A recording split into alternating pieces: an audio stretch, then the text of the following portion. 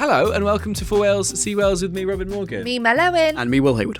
We're back in this studio. We were just saying it feels like a while because of election, cruise ship gate. Sounds like I committed crimes in international waters, and I did. And Prove I didn't. We know you did. It's not crimes in No, you international did. work. Crime. No, who would try you? Poseidon. There we go. The Hague. Yeah, William Hague. Thank you for coming back from The Hague for this ep. Yeah, appreciate it. Our last one was the live ep. How fun. I mean, how busy. Yeah. Like, queuing out the doors. Queuing across the bay. Mermaid Key. Really fun, really Yeah. lovely. And we said it like a bunch of times on the night, but sort of like heartful levels of kind of like support, and it was just really lovely to see that many people in one place, all kind of nerding out on it. It was. I have to admit, my favourite part of that afternoon was not actually during the show. It was show adjacent. Okay. But in the Uber to the Glee, he said, "Oh, is that the Glee Club done Mermaid Koi Koi?" Koi koi. Koi Koi. Mermaid Koi Koi.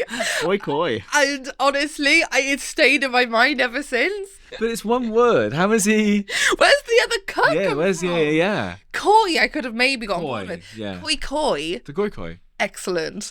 It was great, but we've got a little bit of spice to this app. Will, what's going on in this app? We are going to be joined by Louis Bromfield, Dr. Louis Bromfield, to be more precise. He is an associate of friend of the pod, Dr. Matthew Wall, who we had on and was excellent crack. He is part of a project called Horse Race Politics, we'll talk about a little bit more in a bit, but I'm very excited to have him on. And basically, we're going to talk about not what happened in the election, but what people thought was going to happen in the election. That's always interesting, isn't it? The sort of what people expect versus actually what happened. I always like that about polling when, there was a story about UK immigration numbers dropping, but the public thought it was going up, and why that happens and how sort of we can inform the public about actually what's happening more. I find that very interesting. I can't wait to hear what he's got to say. Yeah.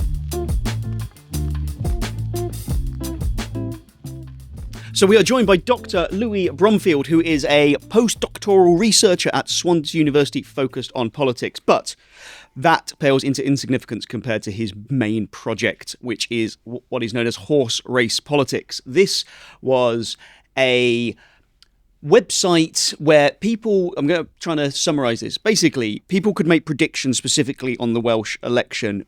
Like, not just like, will this happen or this happen, but what percentage will a party get? How many seats will different parties win?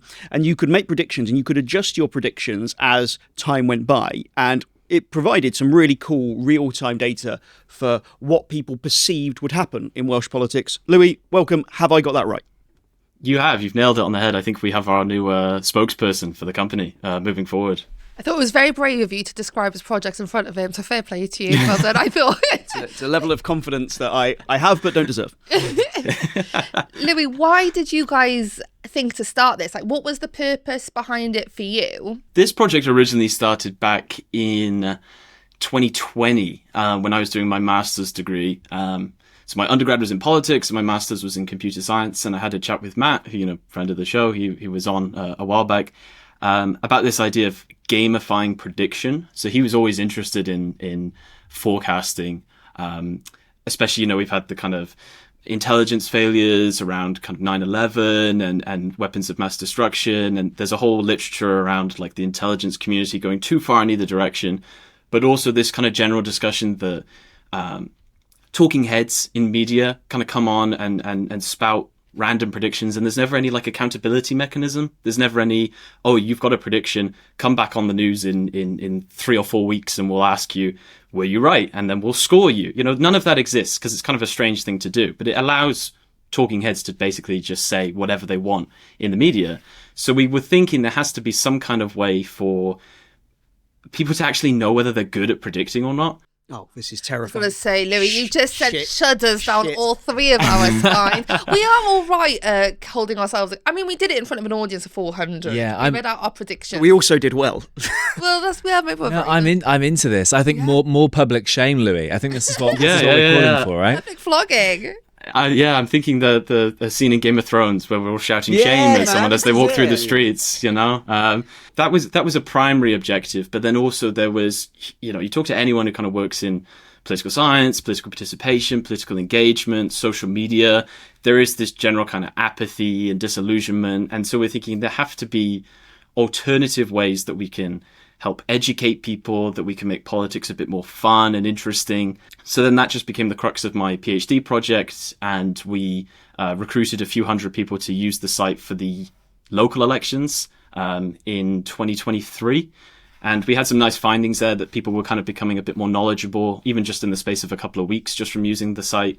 And people who were using the site more were really kind of getting more out of it. They were feeling more like a higher level of understanding of something as minimalist. Well, I don't want to say minimalist and be disparaging, but something as kind of low salience as local elections. People were really starting to feel like they kind of grasped things a little bit more.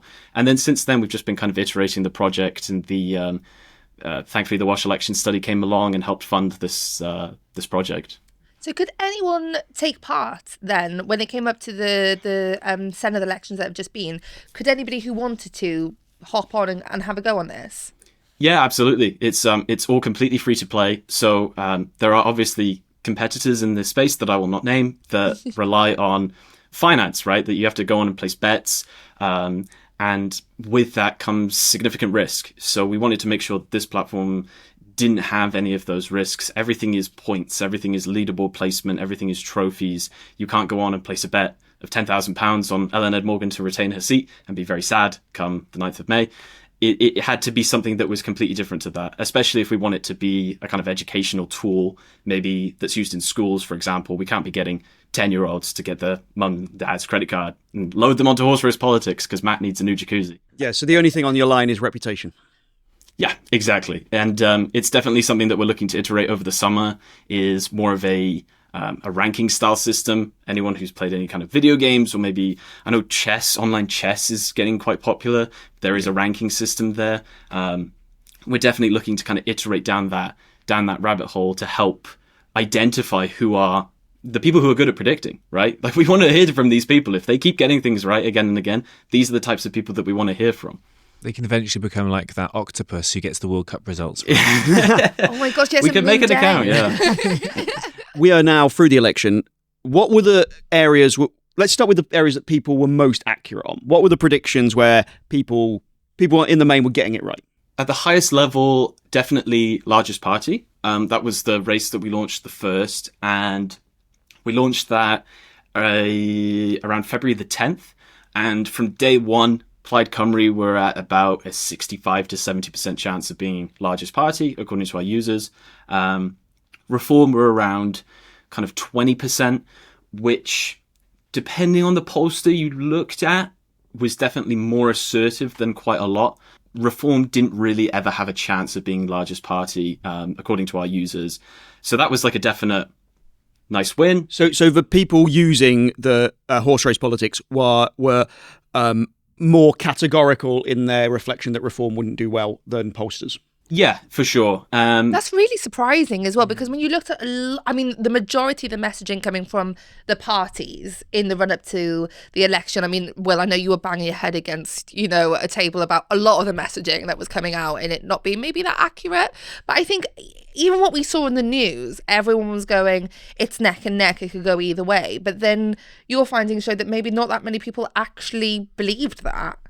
Yeah, so I do feel partly responsible for contributing to this with a platform called Horse Race Politics, but it's a much more entertaining narrative to say that there is a horse race, right? And especially when you think about the new electoral system, it is a much more proportional system. It's a much fairer system. Categorizing the race as a horse race really does a disservice to kind of the general tone of the election, but also the message that then sends to voters, especially people who aren't entirely convinced whether they can vote for Plaid because they want to beat Reform, or whether they feel that they actually can vote for a smaller party in that progressive consensus, let's say, or Conservatives who feel like they can actually vote Conservative. We've had a Tory MS on our podcast, Tom Gifford, and he was saying their main message was, tell people that if you vote Tory, you'll get a Tory. And that seems like a really fundamental message to tell people, but it was being completely obscured by this kind of general horse racy narrative, which is a much more entertaining sell.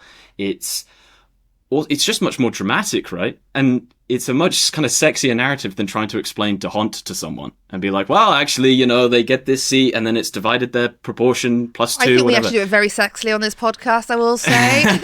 We do on that side of the table. This side. I do think it is interesting that portraying basically an election is a group of people who all live in the same place coming together and deciding how they want to be led, and seeing it as races might not even as a thing be helpful. But I think also that is how everyone sees it. I did want to ask you about the prediction on Plaid, though. I don't know the kind of average person who is contributing, but I'd be willing to guess that somebody who's willing to log on and make bets on Welsh politics is probably fairly politically engaged. We know that political engagement was lower generally among Reform voters. Do you think if we'd have done predictions for the whole of Wales, everyone had to take part in horse race politics, and that is a world we want to get to? People are more likely, I would say, who are going to take part in your project would be more likely to be politically engaged, which means in turn they're more likely to vote for parties like Plaid. Do you think that might have had any impact on predictions? Whenever you kind of do like social science research, a big portion of being a good researcher is that you're very upfront about the limitations of your work. No research is ever going to be perfect, and we are creating a very self-selecting style of platform, especially when, you know, if you look at the kind of the money-based, the betting-based competitors, you also have people self-selecting there. They're people who are a bit more, you know, willing to tolerate a bit more risk. They're willing to lose money in the pursuit of a gain. Each market has its own specific type of audience. Now, that's not to say that we didn't have Reform people or far-right agitators, let's say, coming on the site or commenting on the podcast episode. We had one episode where someone just commented Stalin Starmer, and that was the whole comment. I'm like, well, you know, that's a form of political engagement, to say the least. That was me, yeah, thank you. We can't really ever generalize. Even if we had like 10,000 people, maybe we could. But again, you're always running the risk that someone's connecting to the site with a VPN and they're from a different country. You know, if you think back over the last 6 to 12 months, there's been a lot of uncovering of accounts on X, these kind of far right, like MAGA accounts that are all created in like Indonesia. These are not the same people that you think that they are. So while that is a concern, I think we do take steps against that by having a variety of different markets. And we do ask people, you know, in terms of when it comes to being a good predictor, over time, if you are predicting what you want to happen rather than what you think will happen, you might start well, but you will eventually regress. Because, I don't know, someone who's a heavy Plaid voter isn't going to want the Tories to do well. Maybe they will because it will hurt Reform. But they might then say, okay, well, I don't think the Tories are going to do very well. And if you said that they weren't going to do very well on horse race, you would have done very badly on that race because they ended up doing a lot better than people expected, at least through the outcomes that we gave people on horse race. So yeah, with time, and this tournament ran for 2.5, 3 months. We've got a couple of races that are still ongoing now. You do get found out if you are very biased. And that's, you either get extremely lucky or you get found out. And those aren't bad things to be able to find out who's forecasting from a position of extreme bias. We've got to ask then, what were people most wrong about? What was the thing where you were like, oh, you guys are idiots? Well, I can't really say that because I also got a lot of these quite badly wrong. But when I say idiots, I know you're currently completing your PhD. Yeah. Great. I would say people were a lot more optimistic about the Greens' chances. So we had a race at the time that we launched this race. There was I think maybe a YouGov poll came out, or a YouGov MRP came out that put the Greens at 10 seats. So we launched a race like 2 days later that said, will the Greens win 10 or more seats in the election? And it was about 40% chance of yes, was kind of the general average. They did not get 10 seats. And obviously we do have to take some responsibility because the way that we frame these races, for people who aren't super, super engaged, they might think, oh, well, if they're saying 10 is the over-under, they must be polling around that high consistently. And maybe that affects people's judgment. I don't know. Tories, we had 3 outcomes. It was like, will they win 0 to 2, 3 to 5, or 6+? And they ended up winning. And that was, again, based on polling at the time and modelling on the time. And again, they won like 8. So they did, again, way better than people thought. The last one I'd say is we had, around the time that Reform announced all of their candidates, we had a race that was asking, will one or more candidates drop out in like the next week? There was a flurry of Reform candidates dropping out. People did not anticipate that as well as they thought. And it was really petty things as well. I remember reading an article. So people predicted that Reform wouldn't lose. Yeah, candidates, they thought, okay, they lost how many in the end, was it? In the space of a week, they had like 6 or 7 candidates drop out in the space of a week. And it was people seemingly were unaware that like where they were going to be ranked on Reform's list in a constituency. And so they would come out and it was like, okay, this guy's ranked 3rd on the list. And he was told that he would be 2nd, or he was told that he was going to be 1st. And he's fuming and he leaves and he goes and joins Restore Britain, for example. One candidate got really mad that the party list got his middle name wrong. Like really, really fundamental things that are no solid. Ego at all. No No. ego. I love that. No, but I mean, I've had a life of being called Lewis and Lois, so I kind of understand it at a personal level. But middle name, when you're that close to power, is a bit embarrassing. But yeah, I don't really think people were expecting that one at all either. One of the most chaotic races I'd say that we had was whether Keir Starmer was going to be replaced by the end of May. That I never want to look at that. You can toggle your own predictions on the graph. And I always turn mine off for that one because it's like 2 drunk drivers like flying all over the space. That it is. I couldn't land on a position at all. I don't think he could either, though. To be honest, I think he was umming and ahhing most of the time. Very Keir Starmer of you, yeah.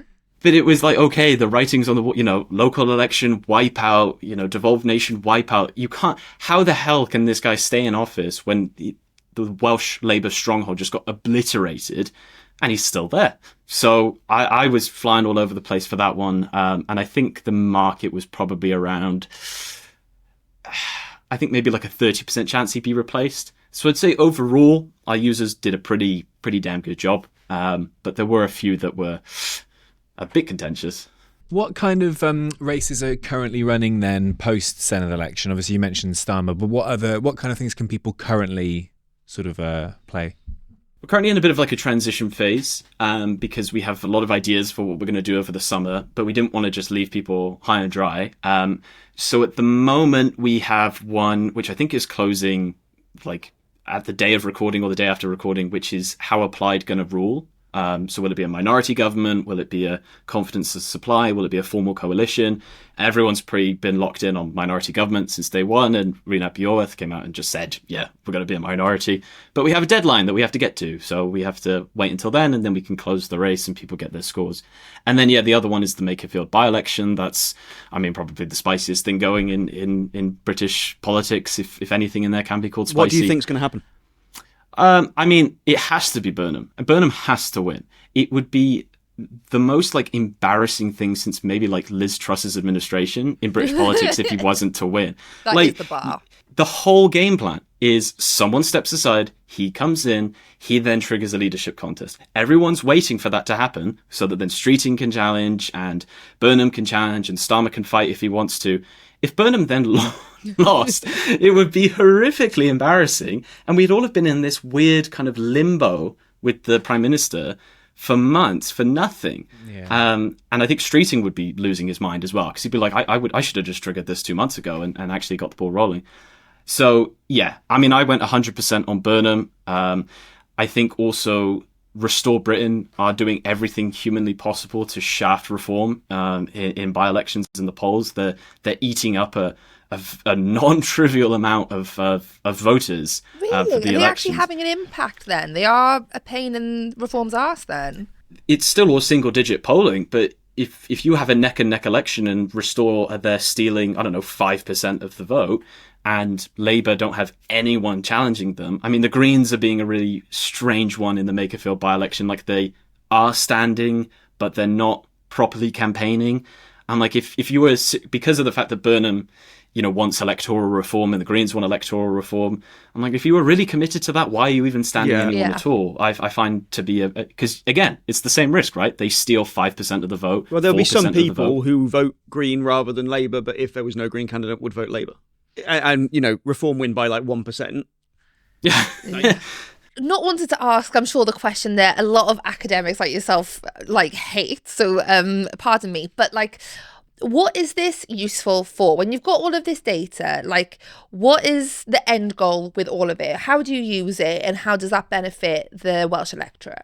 So from a kind of a selfish point of view, Matt and I are starting a project, which is literally working on just this morning, where we want to compare the predictions that our users submitted. We have about 5,500 predictions that were submitted over the last couple of months. We want to compare those to prediction markets and betting markets on similar kind of topics like largest party, and just see who was better and see if there's anything that can be gleaned from that. When it comes to the kind of normative value of why should a Welsh citizen care, I think our kind of dream is that a platform like Horse Race exists as a multi-purpose tool, right? It allows you to have a new way to kind of follow politics, and in a way that's much more active. That's the way I've always tried to pitch Horse Races, that it is active engagement rather than passive news consumption, for example. You're actually taking the information that you've learned and you're doing something with it. You're making a prediction.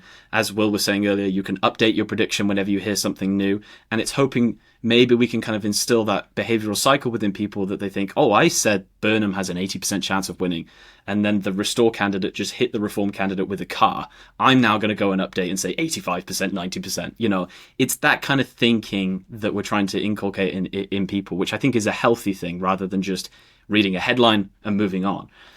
Politics affects you, whether you vote or not. It does affect you. You should know who the largest party is. You should know who Renap Yorweth is. You should have an opinion on these people, whether it's a good thing or not. There is this kind of civic mission that we are hoping that it can achieve. So is it fair to say, in a way, it kind of overlaps with what we've tried to do here, whereby treating Welsh politics seriously as a thing in of itself, and actually trying to build a bit of an ecosystem around this quite new thing, which is politics in Wales in relative terms. 26 years isn't that long a time, and this is something that is an important arm to that. Yeah, absolutely. It's sometimes you have parties like Reform, and I think that they are just using this election as a soapbox to campaign for a general election. I don't think Reform are really that interested in Wales at all. I think they are fundamentally an English nationalist party.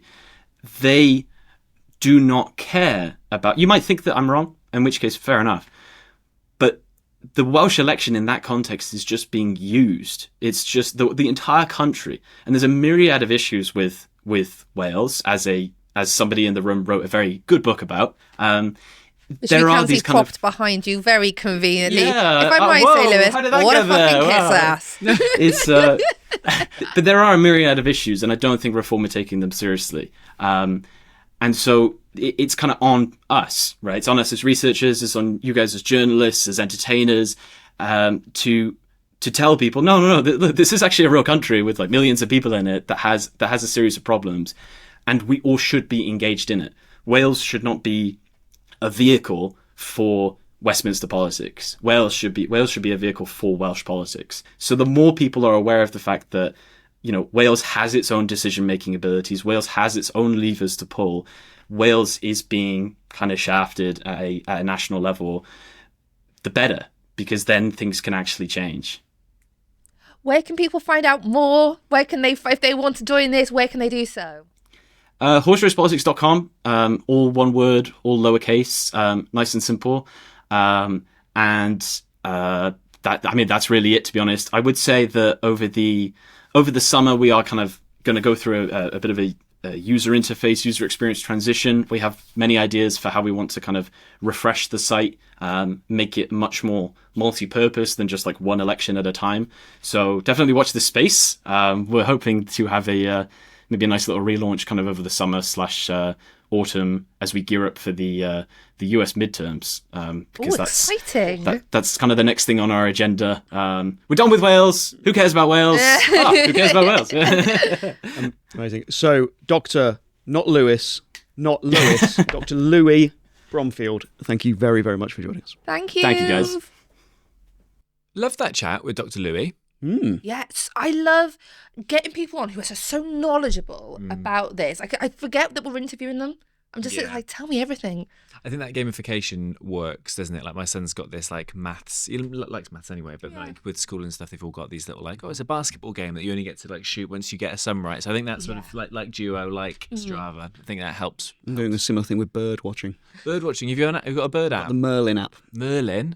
It's very, very good. It's done by Cornell Uni in America, and you can play. You basically just have it recording, and it picks out bird calls, and it's so good at them. It's so good at them. I got my first little owl the other day. Congratulations. That's a little owl, as in the name of the owl, not a particularly small owl. Although it was a small owl. Sure. I think I'm going to call you. That's the nickname for you now. The content has really dropped since we fucked off. Hasn't it? Come back. Come back. We need you. So highbrow. No, it was great. And, I've been a bit of a negative Nelly about polling on the podcast previously. But it really, like he was explaining, how do you get the people involved who wouldn't necessarily normally be interested in politics, but really interesting that he was, what for me was most interesting was him saying that their users thought Plaid were going to be the biggest from a mile off, from weeks, months before.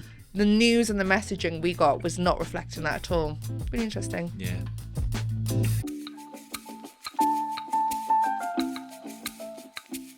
Over the last couple of weeks, it has been Book Nerd Heaven. It has been the Hay Festival. You and I, were you there this year? I did some Radio 4 bits. Yeah, so we've all been there. All been to Hay. I feel like, Robin, you and I had a little bit of a different experience to you, Will, because I've seen clips of a panel that I was fannying around doing comedy scripts and stuff with some wonderful people. But you, not to say he's not wonderful, but you were on a panel with friend of the podcast, James Evans of Welsh Reform. That's cool. And have you seen these clips of Will? I haven't seen the clips of Will. Will, I love this about you. He cannot... this expression he's doing right now, the exasperation. Yeah, he's not subtle, is he, He's Will? not subtle, is our Will. What was going on? Because you looked like you were going to cry or flip a table. What was happening? Tell us, little owl. That's so sticky now. I love it. Sorry, that's the voice you did when you were Anthony Slaughter as a Cathalonian turkey. I've got range. Fuck off. Your one voice. Hello. Your one voice is Mark Drakeford. Yeah. Yours is the Cathalonian turtle. So I was at Hay. I was on a panel chaired by Gato Harry, Welsh journalist and former senior advisor in the Boris Johnson administration. On the panel, we had Bethan Rees-Roberts. We also had a representative from Labour, Plaid, and also Reform, and James Evans was the Reform representative. And we were in the Discovery tent. What did you discover? Is that the big one, the massive one? It's the second biggest, I think. Second. The youngest brother. It's a crazy. I mean, Hay is just crazy. There's people on like the corners dealing Earl Grey, and like, it's the first edition Blyton. It's just it's just off the hook. Stuff. But there was one bit where we were asked a question about devolution and like additionally, and should we devolve things like the Crown Estate. Someone actually sent me the video. They were recording a bit of it. So for context, Mr. Evans was asked if he believed that the Crown Estate should be devolved, and this was his response.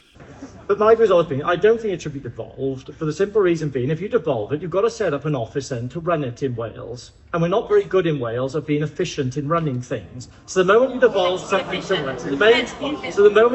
something to Wales, you've got to set up an office to administer it. Then you've got to have a minister in government to deal with it. And I'm afraid to say, I do not think that's the right way to deal with it. Quick one, sir. Did someone in the front audience shout disgraceful? Yeah. One person in the front row went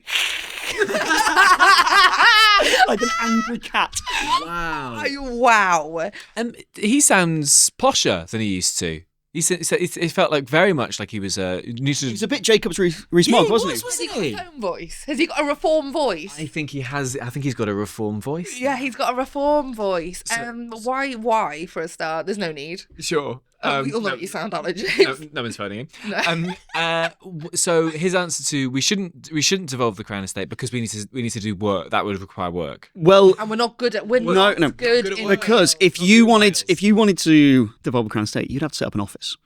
I mean, who has the time? Reform don't. And also in Wales, what's the exact phrase? We're not very Good at efficient organising. at running them, was it? I don't think it should be devolved, for the simple reason being, if you devolve it, you've got to set up an office then to run it in Wales. And we're not very good in Wales at being efficient in running things. So It's being efficient at running things.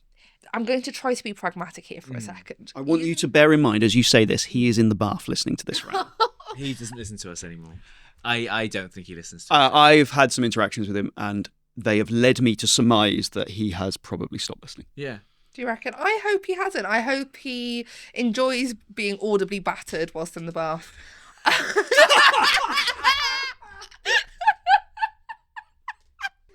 You fucking keep that in.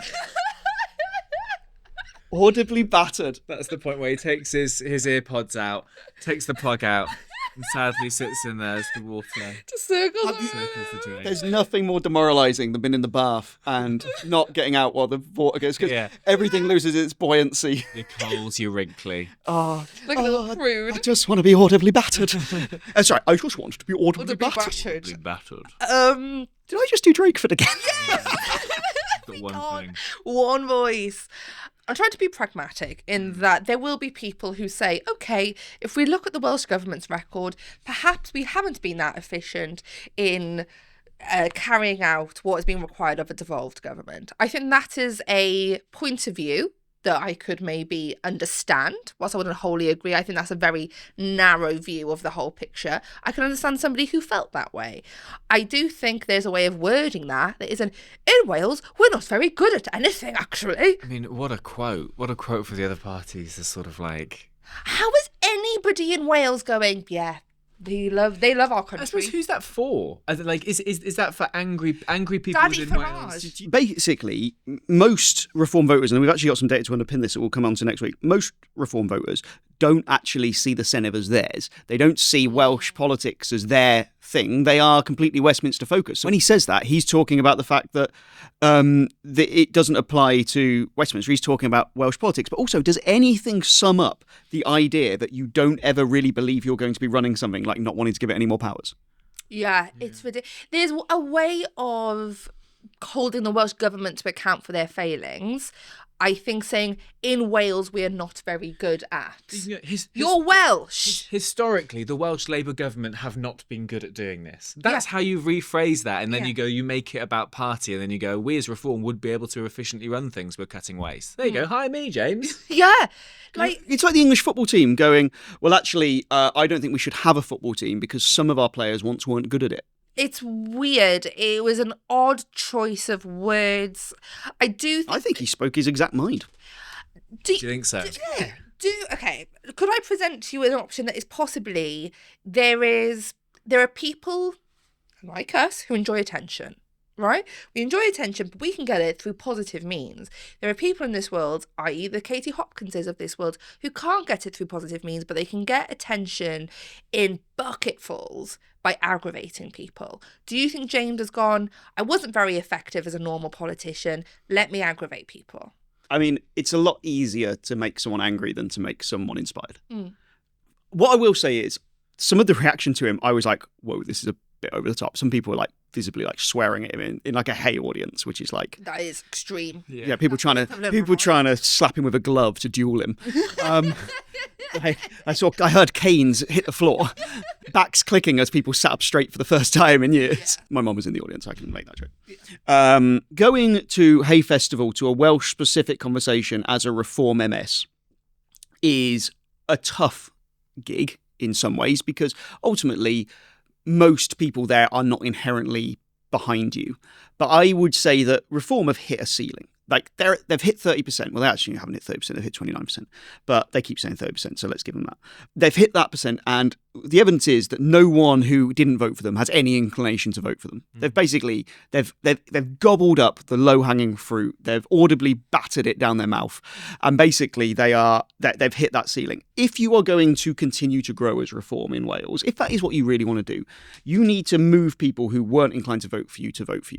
The best way for them to do it is seem like sensible, reasonable, pragmatic, thoughtful, articulate. And it's quite hard to come across like that. He defaulted to type there. And the problem is that audience were not impressed with that at all. Yeah, I mean, it's a tough gig to sort of go in front of that, performing in front of a live audience. Yeah. It's difficult to do, and I think if you're presented as the Reform MS, you're going to be divisive in front of some people. I imagine some people in that audience voted Reform. I imagine some people. So I suppose the question I asked in terms of who's that for.